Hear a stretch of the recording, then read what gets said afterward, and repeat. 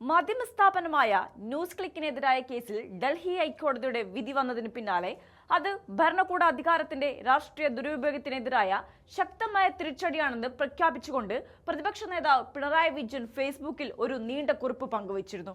തുടക്കം മുതൽ തന്നെ ന്യൂസ് ക്ലിക്കിനും അതിന്റെ എഡിറ്റർ പ്രബീർ പുരകായസ്ഥയ്ക്കുമെതിരായ നടപടികൾ വിമർശനാത്മക മാധ്യമ പ്രവർത്തനത്തെയും ജനകീയ പ്രക്ഷോഭങ്ങളെയും ലക്ഷ്യമിട്ടുള്ള രാഷ്ട്രീയ വേട്ടയാടലാണെന്ന തരത്തിലായിരുന്നു അദ്ദേഹത്തിന്റെ പ്രതികരണം. സ്വതന്ത്ര മാധ്യമ പ്രവർത്തനത്തിന്റെ കാവലാളായി ചമഞ്ഞുകൊണ്ട് മാധ്യമ സ്വാതന്ത്ര്യത്തെക്കുറിച്ചും ജനാധിപത്യ മൂല്യങ്ങളെക്കുറിച്ചും വാചാലനാകുന്ന പ്രതിപക്ഷ നേതാവിന്റെ ഈ ഫേസ്ബുക്ക് പോസ്റ്റ് പക്ഷേ അദ്ദേഹത്തിന്റെ രാഷ്ട്രീയ ഇരട്ടത്താപ്പിന്റെയും ഭയത്തിന്റെയും ഉദാഹരണമാണ്. മാധ്യമ സ്വാതന്ത്ര്യത്തിന് വേണ്ടി കണ്ണീരൊഴുക്കുന്ന പിണറായി വിജയൻ ഈ വലിയ വേട്ടയാടലിന് പിന്നിൽ പ്രവർത്തിച്ച കേന്ദ്ര സർക്കാരിന്റെയോ മോദിയുടെയോ പേര് പരാമർശിക്കാൻ പോലും ധൈര്യം കാണിച്ചില്ല എന്നത് അദ്ദേഹത്തിന്റെ രാഷ്ട്രീയ നിലപാടുകളിലെ കാപട്യം തുറന്നു കാട്ടുന്നതാണ്. ഇനി നമുക്കൊന്ന് ന്യൂസ് ക്ലിക്കിനെതിരായ കേസ് എന്തായിരുന്നു എന്ന് പരിശോധിക്കാം. അനധികൃതമായി വിദേശത്ത് നിന്ന് ഫണ്ട് സ്വീകരിച്ചു എന്ന ഗുരുതരമായ ആരോപണം ഉന്നയിച്ചായിരുന്നു ന്യൂസ് ക്ലിക്കിനും അതിന്റെ സ്ഥാപകനായ പ്രബീർ പുരകായസ്ഥയ്ക്കുമെതിരെ ED കേസ് രജിസ്റ്റർ ചെയ്തത്.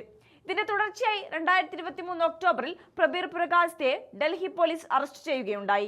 പ്രധാനമന്ത്രി നരേന്ദ്രമോദിയുടെയും കേന്ദ്ര സർക്കാരിന്റെയും നയങ്ങളുടെ നിരന്തര വിമർശകനായ പ്രബീർ പുരകായസ്ഥയ്ക്കെതിരെ UAPA എന്ന കരിനിയമത്തിനൊപ്പം ക്രിമിനൽ ഗൂഢാലോചന, സമൂഹത്തിൽ സ്പർദ്ധ വളർത്തൽ തുടങ്ങിയ അതീവ ഗുരുതരമായ കുറ്റങ്ങളും ചുമത്തിയാണ് ഡൽഹി പോലീസ് തടവിലാക്കിയത്.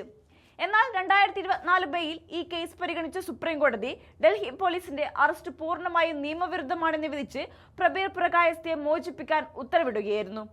കേന്ദ്രത്തിലെ ഭരണകൂടം തങ്ങളുടെ അധികാരം നിലനിർത്താനും തങ്ങൾക്കെതിരെയുള്ള വിമർശനങ്ങളെ പാടെ ഇല്ലാതാക്കാനും കേന്ദ്ര ഏജൻസികളെ ദുരുപയോഗം ചെയ്യുന്നു എന്ന പ്രതിപക്ഷത്തിന്റെ പൊതുവായ ആരോപണങ്ങൾക്ക് അടിവരയിടുന്നതായിരുന്നു സുപ്രീം കോടതിയുടെ ഈ വിധി. ഇവിടെയാണ് പ്രതിപക്ഷ നേതാവ് പിണറായി വിജയന്റെ വിചിത്രമായ രാഷ്ട്രീയ നിലപാടും ഇരട്ടത്തപ്പും ചർച്ചയാകുന്നത്. ന്യൂസ് ക്ലിക്കിനെ മോദി സർക്കാർ EDയെയും ഡൽഹി പോലീസിനെയും ഉപയോഗിച്ച് ക്രൂരമായി വേട്ടയാടിയിട്ടും കോടതി വരെ അതിനെതിരെ ശക്തമായി വിധി പുറപ്പെടുവിച്ചിട്ടും പിണറായി വിജയന്റെ നീണ്ട ഫേസ്ബുക്ക് പോസ്റ്റിൽ എവിടെയും നരേന്ദ്രമോദി എന്ന പേരോ സംഘപരിവാർ എന്ന വാക്കോ കാണാൻ സാധിക്കില്ല. പിണറായി വിജയന്റെ ഈ കൺകെട്ട് വിധിയും ഇരട്ടത്താപ്പും ഇന്നോ ഇന്നലെയോ തുടങ്ങിയതല്ല. ഇതിനു മുമ്പ് പല നിർണായക ഘട്ടങ്ങളിലും അദ്ദേഹത്തെ ഇതേ ഭീരുത്വം പ്രകടിപ്പിച്ചിട്ടുണ്ട്. ഏറ്റവും ഒടുവിലത്തെ ഉദാഹരണമായി എടുത്തു പറയാനുള്ളത് CMRL മാസപ്പടി കേസിലെ ED റെയ്ഡാണ്. അന്ന് വൻ നാടകീയ രംഗങ്ങൾക്ക് ശേഷം മാധ്യമങ്ങളെ കണ്ട പിണറായി വിജയൻ കേന്ദ്ര സർക്കാരിനെയോ മോദിയെയോ കുറിച്ച് ഒരക്ഷരം പോലും മിണ്ടിയില്ല. പകരം അദ്ദേഹം രാഹുൽ ഗാന്ധിക്കെതിരെയും മുഖ്യമന്ത്രി VD സതീഷിനെതിരെയും കടുത്ത രാഷ്ട്രീയ ആക്രമണം അഴിച്ചുവിടുകയായിരുന്നു. തന്നെ വേട്ടയാടാൻ ED അയച്ച കേന്ദ്ര ഭരണകൂടത്തോട് പുലർത്തുന്ന ഈ വിധേയത്വ നിലപാട് പിണറായി വിജയന്റെ രാഷ്ട്രീയ അജണ്ടകളെ കൃത്യമായി വ്യക്തമാക്കുന്നുണ്ട്.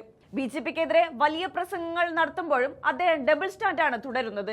സ്വന്തം പേരിൽ വരാവുന്ന കേസുകളെ ഭയന്ന് കേന്ദ്രത്തെ പ്രീണിപ്പിക്കുകയും അതേസമയം ജനങ്ങൾക്ക് മുന്നിൽ വലിയ ഫാസിസ്റ്റ് വിരുദ്ധനായി അഭിനയിക്കുകയും ചെയ്യുന്ന ഈ ഇരട്ടത്താപ്പ് രാഷ്ട്രീയ കേരളം തിരിച്ചറിഞ്ഞു കഴിഞ്ഞു. ന്യൂസ് ക്ലിക്ക് വിഷയത്തിൽ കേന്ദ്ര സർക്കാരിന്റെ പേര് പോലും എഴുതാൻ വരയ്ക്കുന്ന പിണറായി വിജയന്റെ വിരൽത്തുമ്പുകൾ അദ്ദേഹത്തിന്റെ ഉള്ളിലെ ഭയത്തിന്റെ ആഴമാണ് കാണിക്കുന്നത്.